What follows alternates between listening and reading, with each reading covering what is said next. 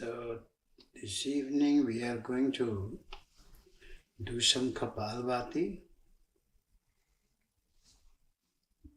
pranayam. Kapalbhati is Kapal means the face, the head, and Bhati means light. By practicing this Kapalbhati pranayam, it helps us tremendously, enables us to eliminate large quantity of toxin from our body by filling the blood with oxygen and purifying the tissue and nerves. This pranayam clears the nasal cavities and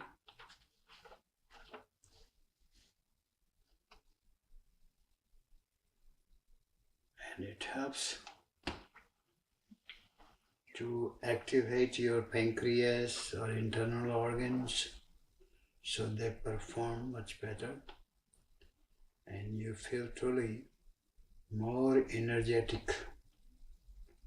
Even if you've been feeling very tired or dull feeling, and if you do this pranayama, all in a sudden you start feeling you picked up some energy. The energy has been activated in us. So it is really wonderful, wonderful pranayam. So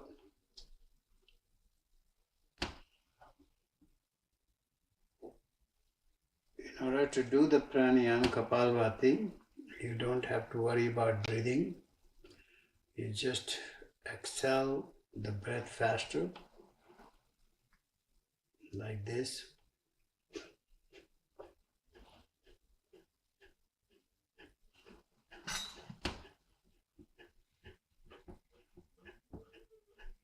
So in other words, your tummy is moving back and forth. Nothing else, not your shoulders, not your anything else, So just tummy is constantly moving and moving a little faster. So it's very, very excellent pranayam. Let's do it. And how long you should do it? You should do it from 5 minutes to 10 or 15 minutes, as long as you like to do. And it is extremely beneficial. It activates all the internal organs, so they started to perform in a maximum capacities, and you feel no fogginess on your brain or no congestion in your body.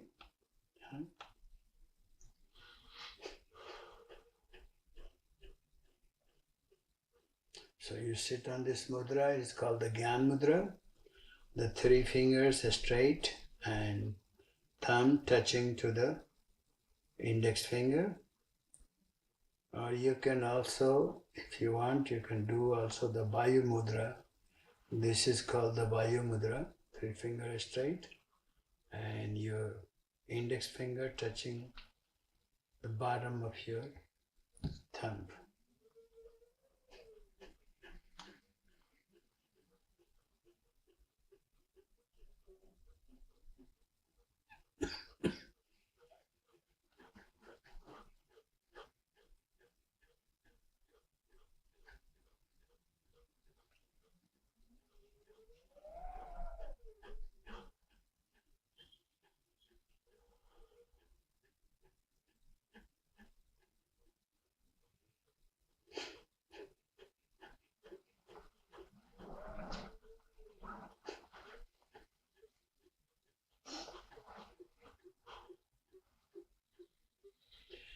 But you have to make sure that your spine is erect, your whole back, your spine, your neck, your head, everything is straight.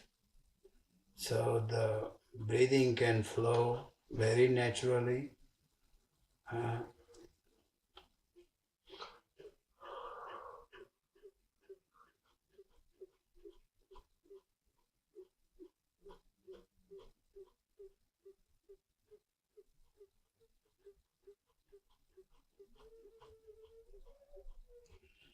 Okay, so this is the way to do this one. It's called the Kapalbhati. One other important thing I would like to mention, those people who have a high blood pressure problem, they should not do this pranayama. Or the people who have a stomach ulcer, they also should not do it. And one other thing that you should do after 4 hours eating, but while you have eaten very recently, then you should not practice. The best time to practice in the early morning or in the evening. So remember that you can practice early morning and especially practicing pranayama or meditation. If you practice in the open air, that is much better. So you draw the more fresh oxygens into your lungs or into your brain, and so it really makes you more alive, more refreshed, or more focused. So it's very, very wonderful pranayama. So try to practice this for a whole week, and then next week I will show you other pranayama, and that will be even more nicer. So that's to the pranayama. Now, another thing, for the beginning, the people who would like to make their mind very peaceful and calm and relaxed, they want to get rid of all the stress, anxiety, or frustrations, and you want to feel very calm, very peaceful, very happy. So this meditation helps you to achieve that. But this is a very simple, and you just breathe in and breathe out. You are constantly breathing in and breathing out.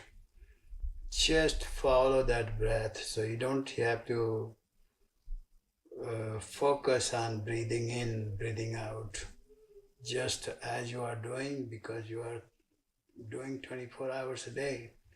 So when you breathe in, just focus, watch your breath, and breathe in, the breath goes inside you. And as you breathe out, also follow that breath. Watch that breath. There may be so many thoughts might will come in your mind, and you will feel some itching or scratching or moving your postures, again, always straight back posture that you sit in. And there are so many asanas I can share with you later on, but you can pick and choose. You can do like a cross-leg asana, which is called the easy posture, and you can do that also. If you want to sit near the wall, that is fine too.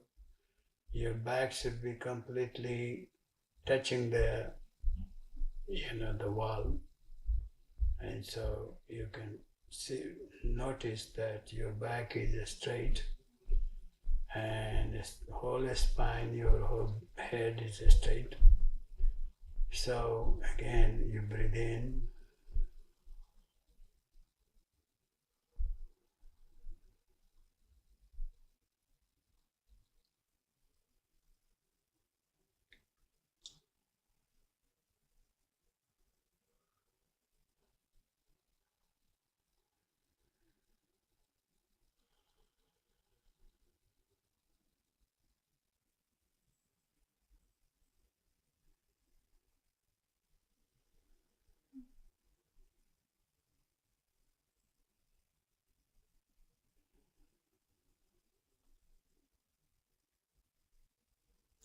If the there are so many thoughts, your mind keeps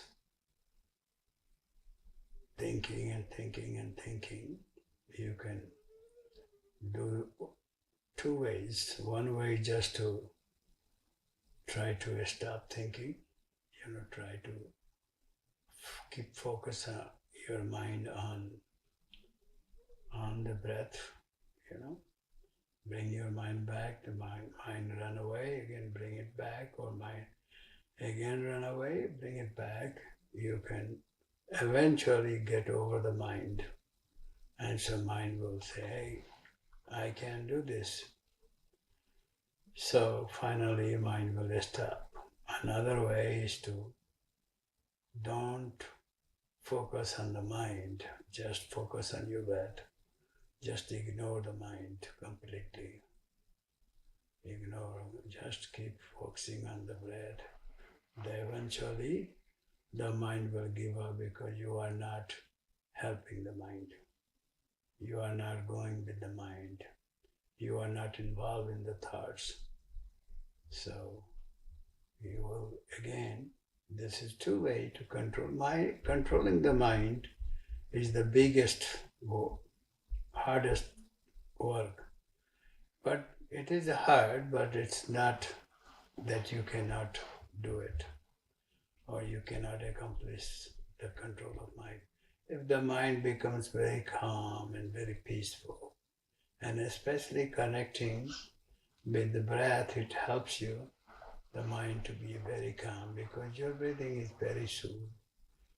And some people, if you hear the bad news and your breathing is hyper, your breathing is very fast and you become very nervous and you get affected by that breath.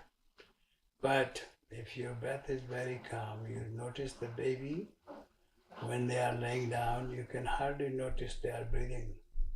But of course, everybody is breathing, including you and me. So the more calmer your breath is, the more calmer your mind is going to be. The breath is soundless. You cannot hear any sound of the breath normally. If you're very calm, serene person, your breath is very calm and serene. So that's the secret. But later on, when you receive the actual meditation, then you will know where actually to focus. And there is a sound is manifesting on your breath and you can hear it because your mind is very wavy. So once your mind becomes very calm, you will hear the word of God, the holy name of God, the sound of God in your breath. And you will be observe. And once your mind becomes absorbed into that, then you become very established on the science of yoga. So it's very important. And practice this 5 to 10 minutes every morning, even the 15-20 minutes of between the pranayama and this, you can start noticing how wonderful change takes place into your life. And so, even sometimes you are not doing anything, just focus your mind on this Ajna chakra, which is called the third eye, So this third eye is also called the Sushumna Nari, And this is called Ingla and this is called Pingla, So once this Ingla, Pingla merges into the Sushumnas, then you experience the light of God. Then you also see your soul with this eye. This eye gets opened up. And so also by the help of the guru, the teacher, the mentor, this eye is opened. And once this eye is open, then you actually become baptized in the Holy Spirit of God. Like they say in the Bible, they lay their hand upon them and then they receive the Holy Ghost. And that is the Spirit of God, the knowledge of God started to manifest in you. Okay?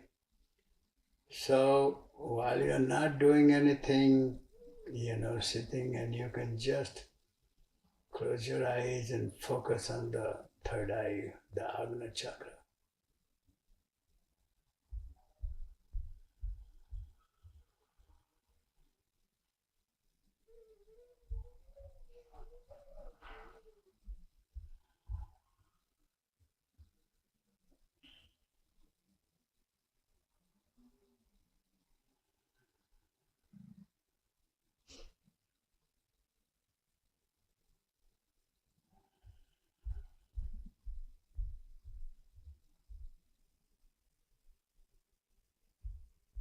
Okay. So thank you very much. Any question? Anyone has? Any of you? So, by the way, we do these meetings every Monday, 6:30 to actually 7 o'clock we start. But we do, before we do prayers and all that, and then we do our meditation, beginning meditation. So this evening, I'm going to share we'll have a study of the Gita. What is Gita? Gita is a gospel of Krishna. It is not a gospel of Hindu or gospel of Buddhist or gospel of Christian. It is a gospel of God. The God is only one, and that God comes in many different forms from time to time. Just like you have a children, and doesn't matter where you are, when you heard about that your children are not very happy, or they got injured or sick, you immediately leave your work and come to see your children. Similarly, the God do the same, because we are all children of the same God. And there is only one God actually. And that God, according to definition, omnipresent, omniscient, omnipotent. He is almighty, all-powerful, and He manifests. He is in everything, including in your heart, in my heart. God dwells in our heart. And then there is a question, if the God dwells in your heart, how is that possible? If the God is a human being, how the human being can dwell in your heart? There is only one place for the one person in this body, in your body or my body. God dwells just like a sun, and you see the sun is way up in the sky above, but the light of the sun manifests everywhere. And you get the light, we all get the light, all over, everywhere, all over the US and everywhere, we get the light of the sun. But the sun is only one, And same with the air we breathe, that also is everywhere. No matter where you are inside the house or outside the house, in the mountain, in the forest, or at the beach, you are constantly breathing. And notice there is only one air, it's not 100 airs. Same way, only one God, the creator of everything, sustainer of everything. And so, that God came from time to time and to help his children. And when the children were suffering, when the children took the wrong road, so then the God comes to help us, So this was the Krishna who came around 5,000 years ago, and he manifested in India, and he shared the gospel of, so that we call the gospel of God or the song of God,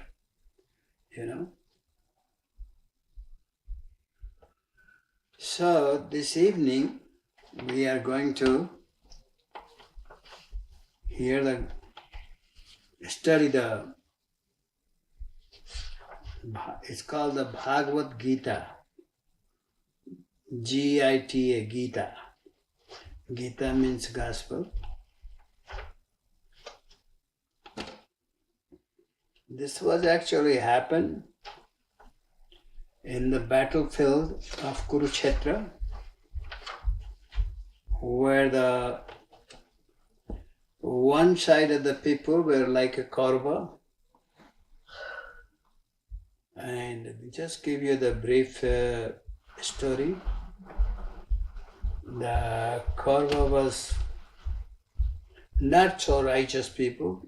They are very impure, very imperfect, and doing wrong thing, taking advantage of people, their own brothers, like cousin brothers, and they disown them and they disturb them, and they don't want to give them any share,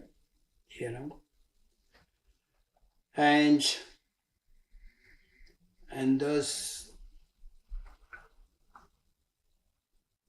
So Pandava, another brother, another cousin was a Pandava, and Pandava was also very righteous, very pure people, very good-hearted, and were highly laborious, and they lived the life of honesty and purity, very God conscious, God-centered people. But the Kaurava was just opposite of what Pandava was, And because the Kaurava was very greedy, very selfish, and they don't want to give, they belong to the kingdom, big kingdom, one of the biggest kingdom in India at that time. So everybody tried to talk to them, but even their gurus, their teachers, their elders, but they won't listen to anyone. Finally, when the God incarnated in the human form, and his name was Krishna, Lord Krishna, he also went and talked to the Kaurava, the king, but king was controlled by his elder son, whose name was Duryodhana. Duryodhana was a very, very impure, very, what is called demonic personality, you may call it. Very evil personalities. He was filled with the lust, greed, ego, attachment, power craving person, And he didn't care for anybody except himself. And so he refused to give any share to the Pandava, to his cousins. None of them had it, and they were like living in a forest and with no food, no shelters, no housing, nothing. They are like a homeless, So after Krishna trying, after all the elders trying, everybody tried to, but he didn't listen to anyone. And father was afraid not to please his son. So he also went along with the evil son, So then, when Krishna tried and still did not happen, he said, just give them a 3 village if you don't give the half of your kingdom, and give just 3 villages so they can also survive, they can also live on. And he refused to do that even. So at that point, they have to do nothing but fight, have a war between their two cousins. And this war was called the Mahabharata. And in Mahabharata, which is battlefield at the Kurukshetra, the place named Kurukshetra, and that happened, and the war went on for like 18 days. And they fought. So, and then all the army from the both sides, they were standing on the battlefield, and when Arjuna saw even his grandfather's brother, and his guru, his great teacher, who taught him in a childhood, gave him the education to all the kingly children's, king's children. So even that, and many cousins, many relatives in the war battlefield. When Arjuna saw, he told Krishna, I am really not very happy to see all these people and my cousins, my kinsmen, my elders, and like grandparents, and all that, my gurus, my teacher, whom taught.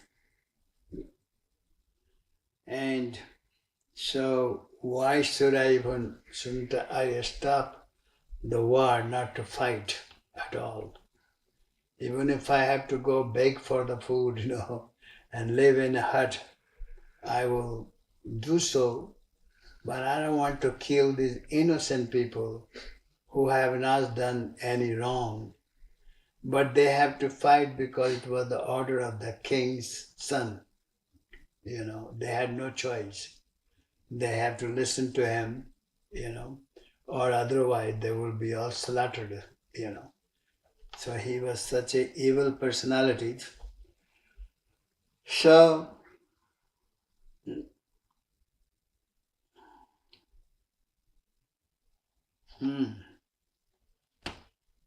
so then Krishna spoke to Arjuna.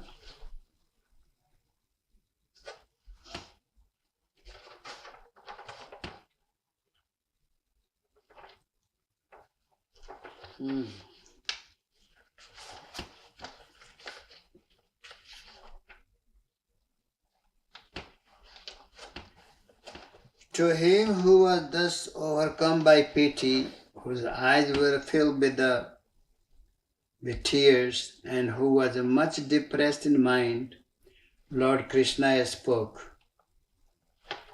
This dejection is unknown to the man of noble mind, for it will close the gates of the heaven to them and bring disgrace. Arjuna, why have you become dejected in this hour of crisis? So in other words, Krishna is saying to Arjuna, at this great battlefield, where you are fighting for the righteousness, and trying to get over the evilness, get rid of the evilness. This is a complete evilness. When a person is so greedy, so selfish, they rob the happiness, they rob the joy, they rob the, the living of another person, right? It is a robbing, it's like a highway robbery, I will take away everything, it belongs to you. Whether you starve or die, I don't care. That is a very unrighteous. And Arjuna was very sad, very down, he felt bad about it. But he should also consider that this person is evil, he doesn't deserve all this. And look at all these people he has pushed to fight, and they may be killed, and so as well as my people were killed too. But at least the righteousness will prevail, and there will be a justice for all mankind, whosoever they are, And it's not justice for only for Pandavas and Pandava brothers, like Arjuna, Bhima, Nakula, Sahadev, they're 5 brothers, and including their mom. His dad died long time ago. So the kingdom belonged to his dad, He was the king. And when the dad died, they made, because they were very small child, so they made Dhritarashtra, the uncle, to be a king. That making sense?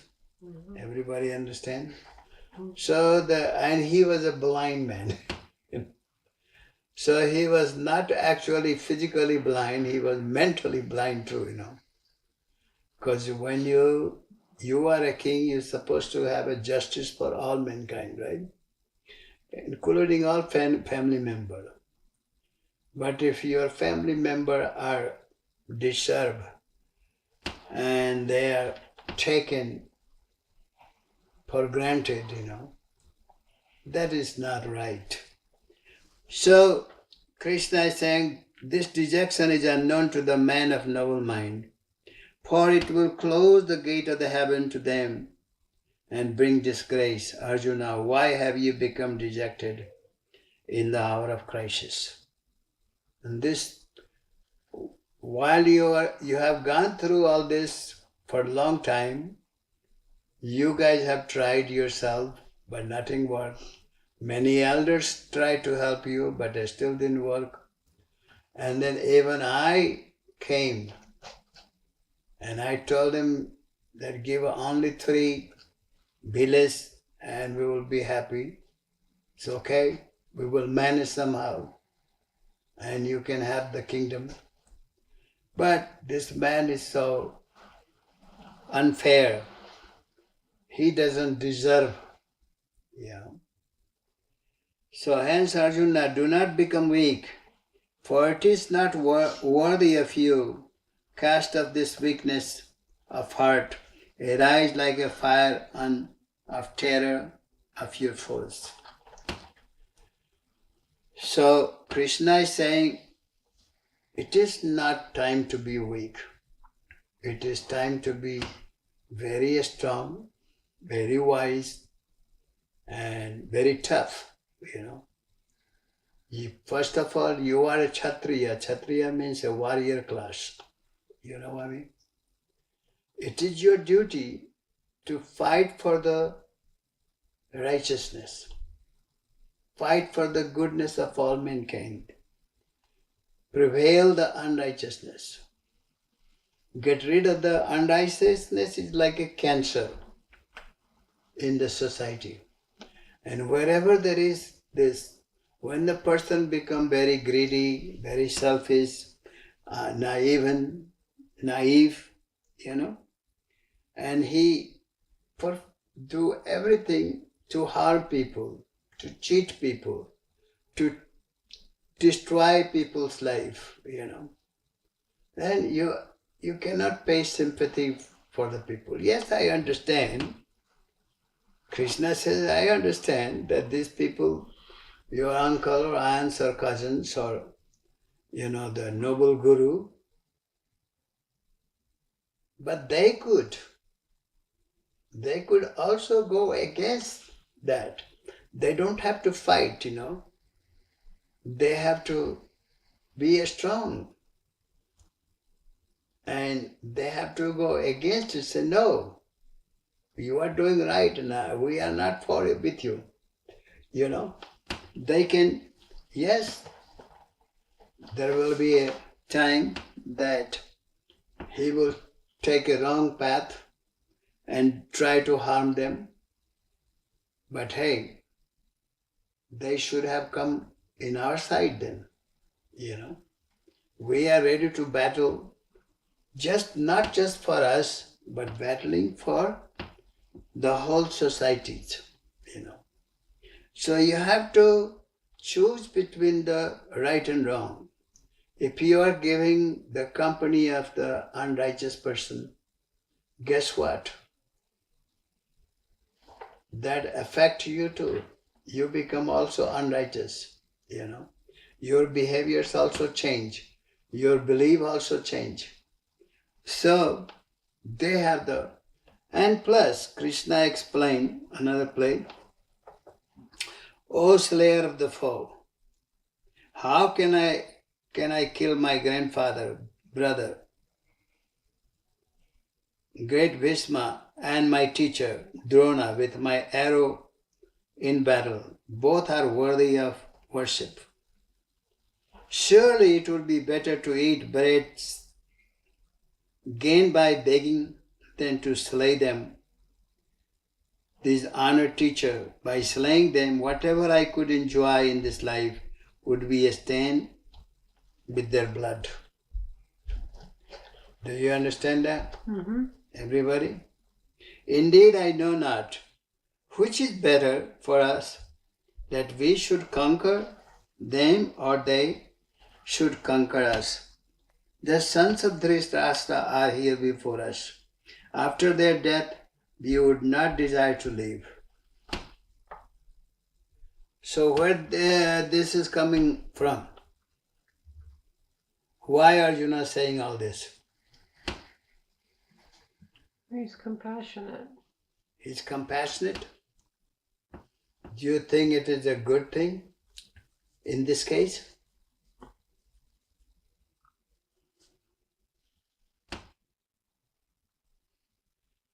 I just explained just a few minutes ago. Right. I said that even the guru, the teacher, his grandfather's brother, right? Even aunts and uncles, brother or sister, and cousins, all these nephew and many, many relatives. But they had a choice to go for righteousness or unrighteousness. Just like somebody is stealing and you are standing right there and you did not stop. Is it a good thing? Yes? Or you watch, hey, this is not my stuff. If he steals, why should I worry about it? Is that good? No. No. So if somebody is wrong, just shedding the compassion is going to help him or make it worse. Is it? So, yes, I understand where he's coming from. He has a respect, for grandfather, respect for his guru, respect for his uncles and aunts. They have not done wrong too. But why they are in battlefield? Right? They choose to come in the battlefield is because of the fear or because of anything else. But they choose, right?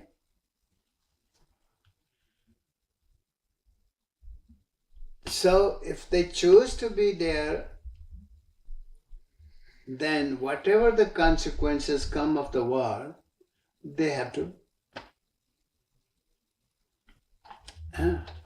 And number two, do you know what is number two? The best part is, by slaying the body, you cannot slay the soul.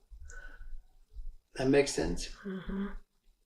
Most people think that we are this body. This is a great message. Everybody, most people think that we are this body. This is what I am. When I die, that is the biggest fear of the death. But what really dies? What dies? Your body dies or your soul dies? The body. Body dies. Soul goes on. And why it dies? Could be 100 reasons. Could be reason of cancer. Could be reason of somebody shot you. Right?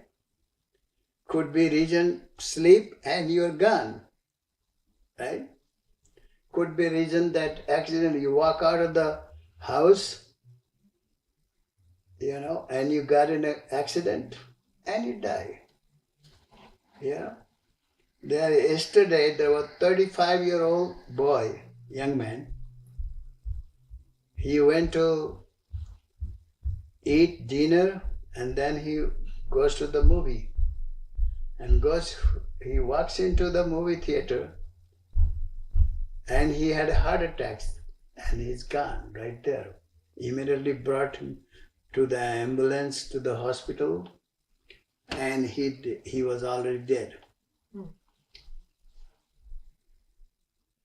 So is his journey finished? Done? No more? No. He was just 35-year-old. His journey on this world is over, in this life.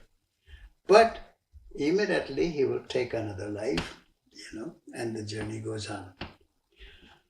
So, now finally Arjuna is saying that I know not what is better for us, what we should conquer. Conquer them or that they should conquer us. The sons of Dhritarashtra are here before us. After their death, we would not desire to leave. Because not only, he feeling compassion and also compassion, a lot of respect for his guru and elders, But what is missing? My mind is overpowered by pity and I am confused about my duty. I am asking you to tell me what I must do. Please instruct me, for I am your disciple who has taken refuge in you. Here comes the wisdom, right? He says, I take a refuge in you because I am really confused and I don't know what is right for me to do, This was my opinion, that for this little kingdom, or little wealth, or little comfort, I should not kill all these people,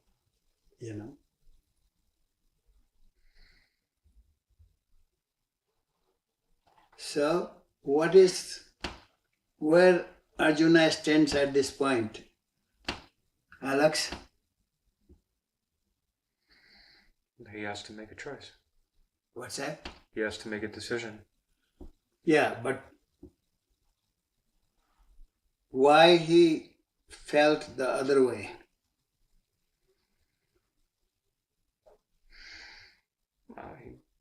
He's a human being, so he has human feelings and sentiments. Yes. And that's exactly right. So, even if having this spoken, the mighty warrior told Krishna, I will not fight.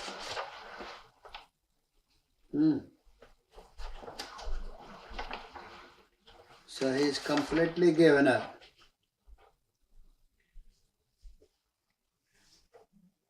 So in this midst of the two armies, Lord Krishna smiled at the depressed Arjuna and spoke, "You speak the words of wisdom, and yet you grieve for those whom you should not grieve. The wise are never attached to anyone, neither to the living nor to the dead." Do you understand that? A wise person, the seers of truth, should not grieve for anybody. Have you seen somebody dies and people start crying? Why they cry? What was the reason? Oh, he was a great soul. He was a wonderful person. That tears comes out in your eyes.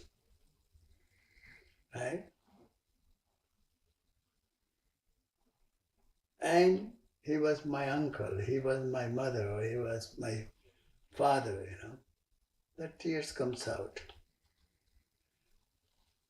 Can you analyze that tear? Can you analyze it? Why?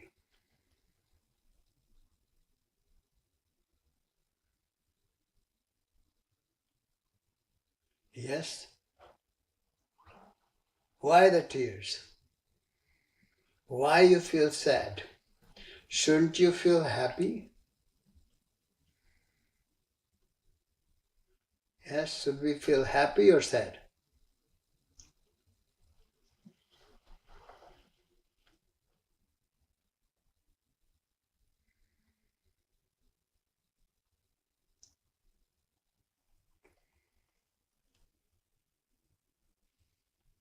Suppose you could hold both emotions.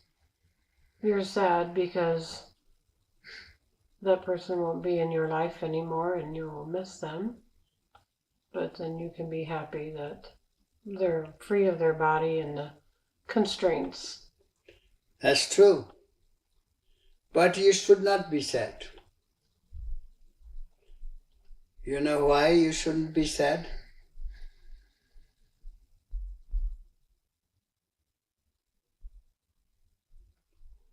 Yes?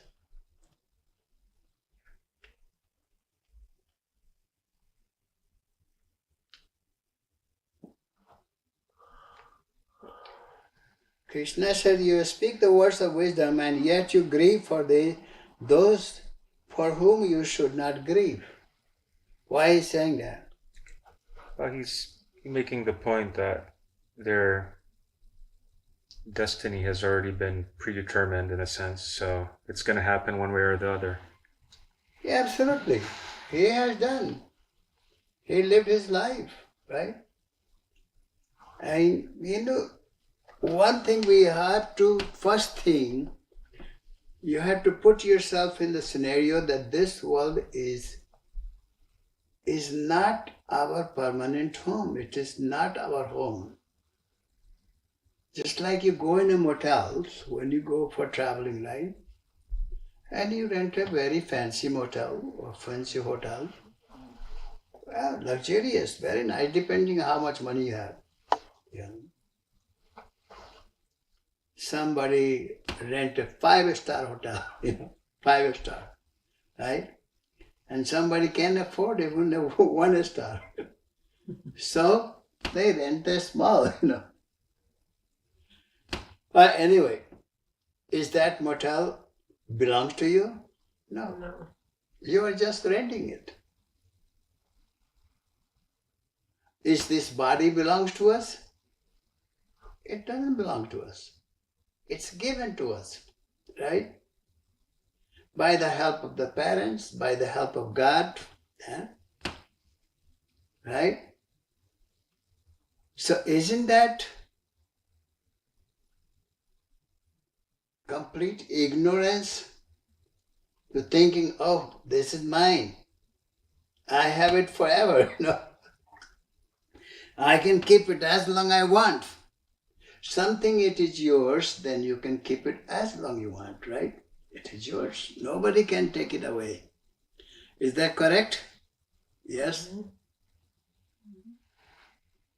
So, naturally, anything can take it away. Any sickness can take it away, right? When the time, like I gave example of a 35-year-old, he did not know that it's going to happen when he's going to see the movie, He was very excited. He has a nice dinner in the hotel. And then he walked into the movie theater and he was gone. One heart attack, gone. So yes, of course, his parents will be very unhappy. They missed that young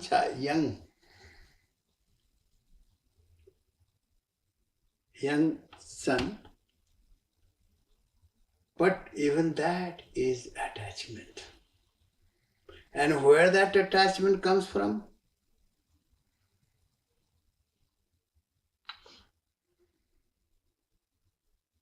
Ignorance of our real existence.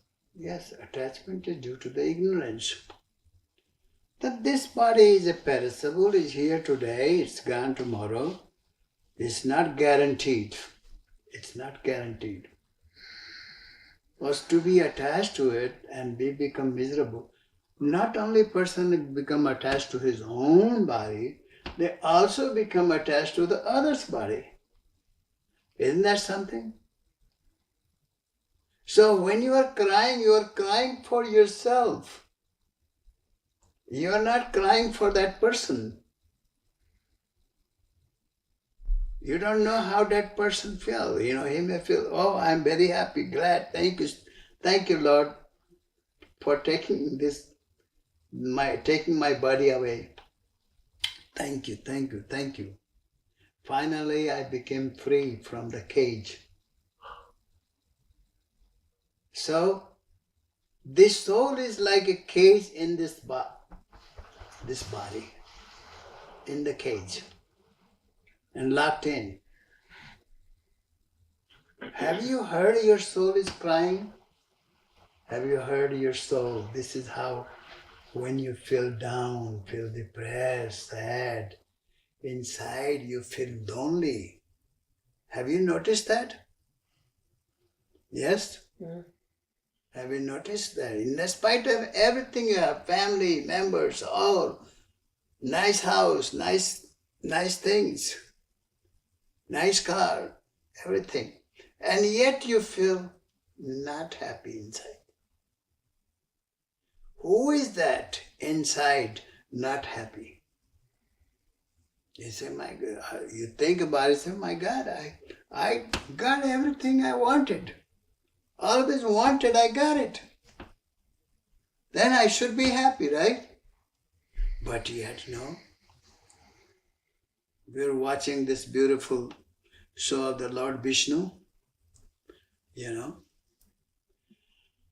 and here was the queen. Has a wonderful palace, everything. And she was weeping and crying for her husband. And her husband was a real demon, demonic king. You probably, Alex, know Hiranyakashipu, the father of Prahlad. The young child, probably 8-9-year-old, and Hiranyakashipu says, I am the God.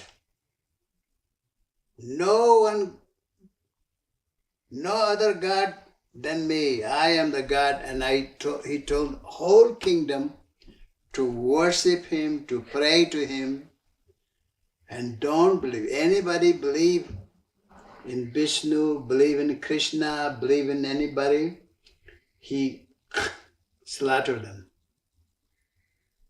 Can you believe that? All of them. Guess what? his son, says, my father is not God, the Vishnu is God.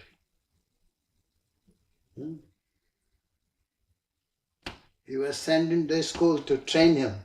And school teachers also taught that Hiranyakashipu is God. They have to. If they didn't, he will kill them. So, to make it short, I want to go into the whole detail of the story. He was thrown, he was sent to the school, he changed all the school children, and they start follow Prahlada, and he tell, but father said, no, please don't say that, Hiranyakashipu will kill you, take you away from us, But children are very, what is called courageous, right? They are very bold.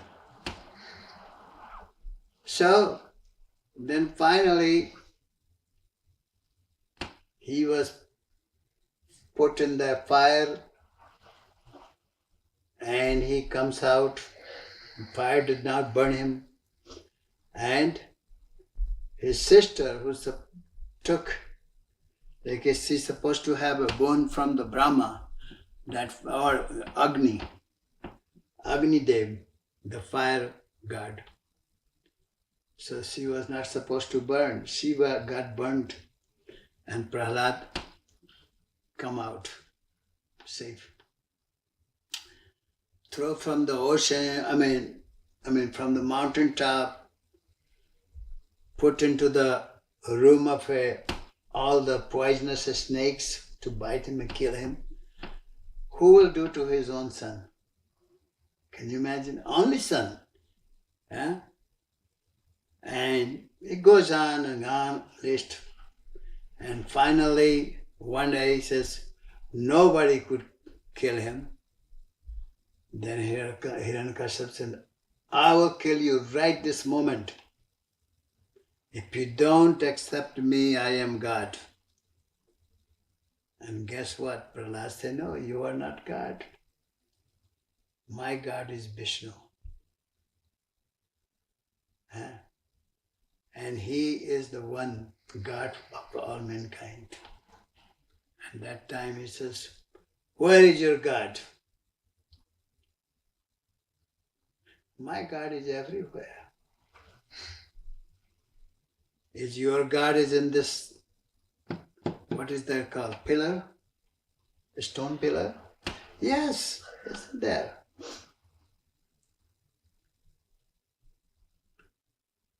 He said, go and call him. If he doesn't come, then I will kill you with my sword. And guess what? Soon he took the sword out to kill him. And that time the God manifest, And because he had also received the bone when he did the austerities to please Brahma, and Brahma please, he says, I don't want to die forever. Give me the bone that I will be immortal being. I stay forever and ever. Guess what? He said, no, it's not possible. The one who has came on this earth, they will die. The one who is born, the death is definite. So I cannot give you that bone. Any other. So then he gave me that I will not die on the earth, I will not die in the sky, I will not be killed by any man or any beast, no man or beast. I will not kill inside the house, not outside the house. So and guess what? When the God appears, he appears as a nourishing, half human and half animal, half lion and half human. Did you see he kept his bone? He did not kill him on earth and not in the house.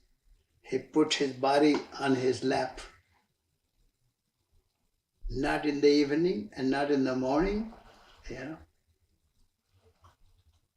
He kept when sun setting at that time. It's not either day or not night, right? So he said, look, I kept the bone, but yet I destroyed you because you are not a good person. You are evil, and because of the evil, I have to take your life away. You don't deserve to be here. You are so much problem for all humanity, brought so much suffering to your family. So, but his wife was crying, right? And the Prahlada was not crying. Why do you think Prahlada was not crying? Yes? So, because the soul is immortal, soul doesn't have birth and death. This is what Krishna is saying to Arjuna. Arjuna, your soul and the soul of all these people, when a person thinks that he's going to slay this, or somebody will be slain, they both are wrong. You cannot slay the soul. The soul is immortal, soul is eternal. It does not have a birth, does not have a death. It doesn't die. So why you feel pain? Why you feel sorrow for someone which is something which is a perishable, right?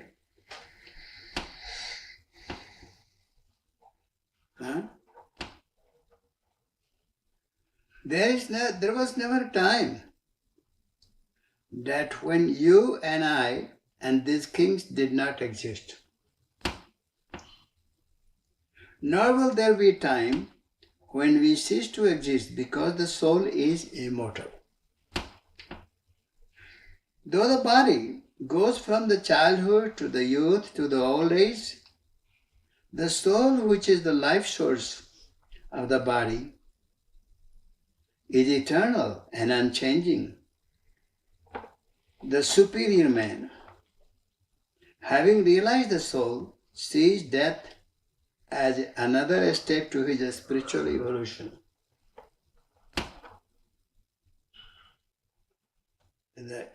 So he explaining the real nature of you, real you. This is a fake you, right? This is a fake me. This is sometimes cause joy, happiness, right? But another time, same thing, cause suffering, right? When you are sick, when your body is sick, and you feel suffering, yes? Mm-hmm. But our soul is ever joyous, ever blissful, ever peaceful. It doesn't have any suffering, doesn't have any pain, doesn't have any sorrow, doesn't have any grief, right? Arjuna, feeling of hot and cold, pleasure and pain come from the stimulation of the senses. They are transient and must pass away. Endure them.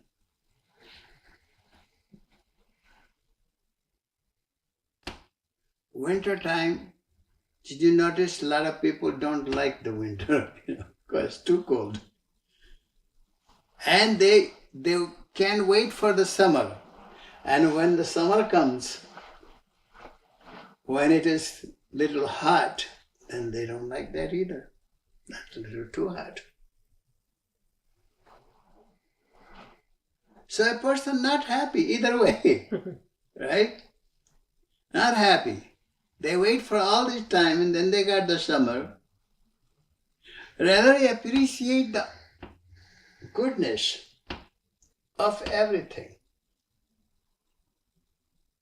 This world is filled with the good and not so good.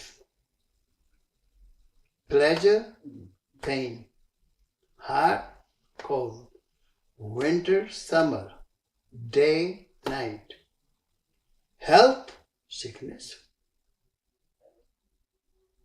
So what would you choose? If you choose the health, you have to also accept the sickness. When the sickness comes, they say, yeah, hey, this is a part of life, right?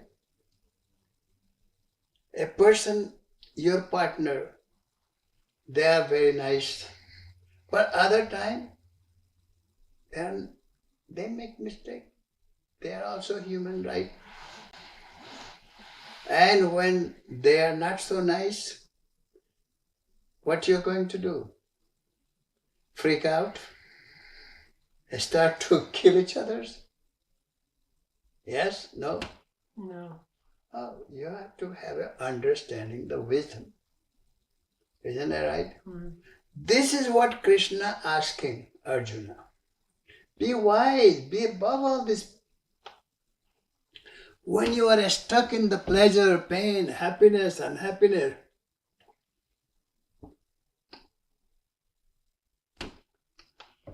goodness, that's all you want. You are not going to get always that what you all want. Right? So you have to accept the good or bad, good and bad. Or either don't accept any of them. Which choice would you like to take? Yes? You have to accept the pain with the pleasure. So you have to be balanced. Either you have to be above all,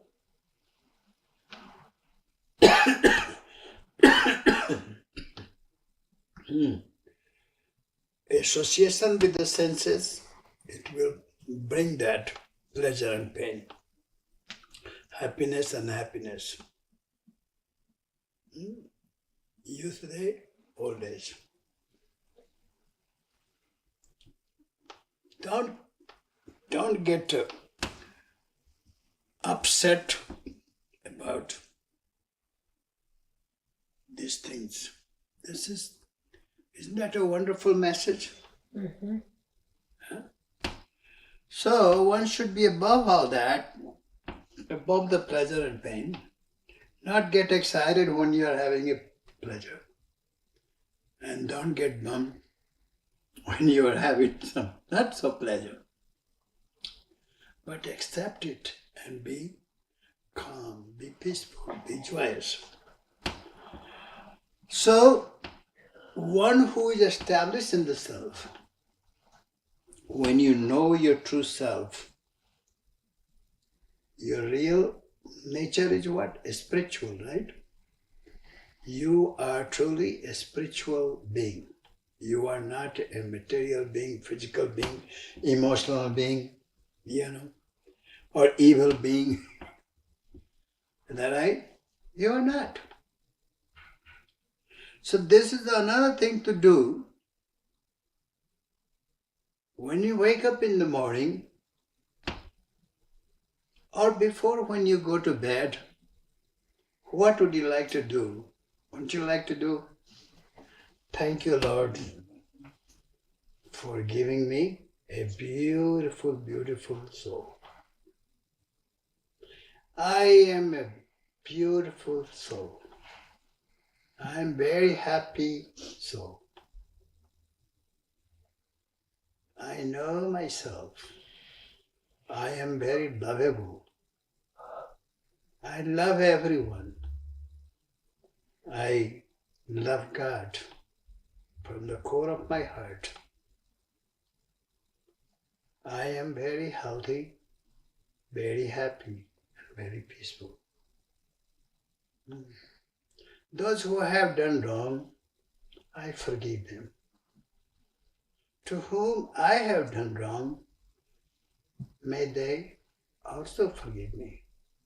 That makes sense? Mm-hmm. Yes? Mm-hmm. I don't hate anyone. I love everyone. I don't dislike anything. I like everything. God made everything so beautiful. Even the ugliest thing has a purpose. If you don't have a cold, would you appreciate the one? If you don't have a bad thing, would you appreciate the good thing? Yes? No. If you don't have a bird, would you have a beast? So even the beast, even the little poisonous snake has a purpose.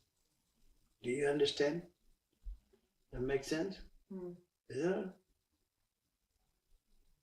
Everything that God created from A to G has a purpose. And you start appreciating them, start liking them. I have seen when I was in a hometown and in a farm I went to walk and I saw the big, huge snake, that thick, fat. And when I went there like this, and I looked at it, and then I walk away. It didn't do me any harm. As much you are afraid of them, they are afraid of you. Same. If you are not afraid of them, they are not afraid of you, and they are not going to harm you. Do you agree? Because it's my experience. So, those who love God, those who know their self, do you know what I mean, the knowing yourself? Knowing your soul. Your soul is immortal. It is imperishable. It doesn't have any sickness, doesn't have old. This body will get old. So it's meant to be. It's not unusual, is it? Is it unusual to get old? No. It's usual. It has a purpose. When you had to work hard, God gave you a very strong, healthy body, very youthfulness. So you can do what you have come to do. But the old age is to rest, to contemplate on God. Spend more time with God, more time with. You have all these years you have spent the time with your worldly affairs, right? Worldly affairs, you did give time. It was well done, well justified, right? But now is the time. Just like a mango when it gets ripe, any time can fall from the trees, right? Anytime. So what you do? What are you going to do? Glue it? Put it in a stick? No, I don't want it to fall. No. The wise person spend more time with the self, with your soul. Love your soul. And withdrawing your mind, your senses, and everything from this world and focus more on the self. So this is the message Krishna is sharing.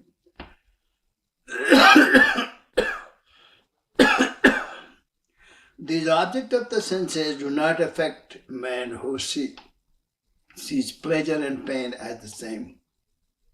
Such is the only one who is capable of attaining immortalities, a state of absolute. So we'll stop here. Remember, finish the 15th verse, okay, of the second chapter, and we'll continue. This has the 18th chapter and 700 verse.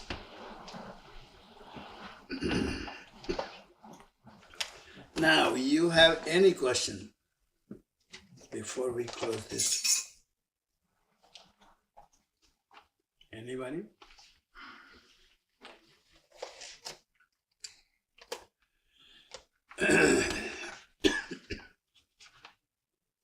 No question.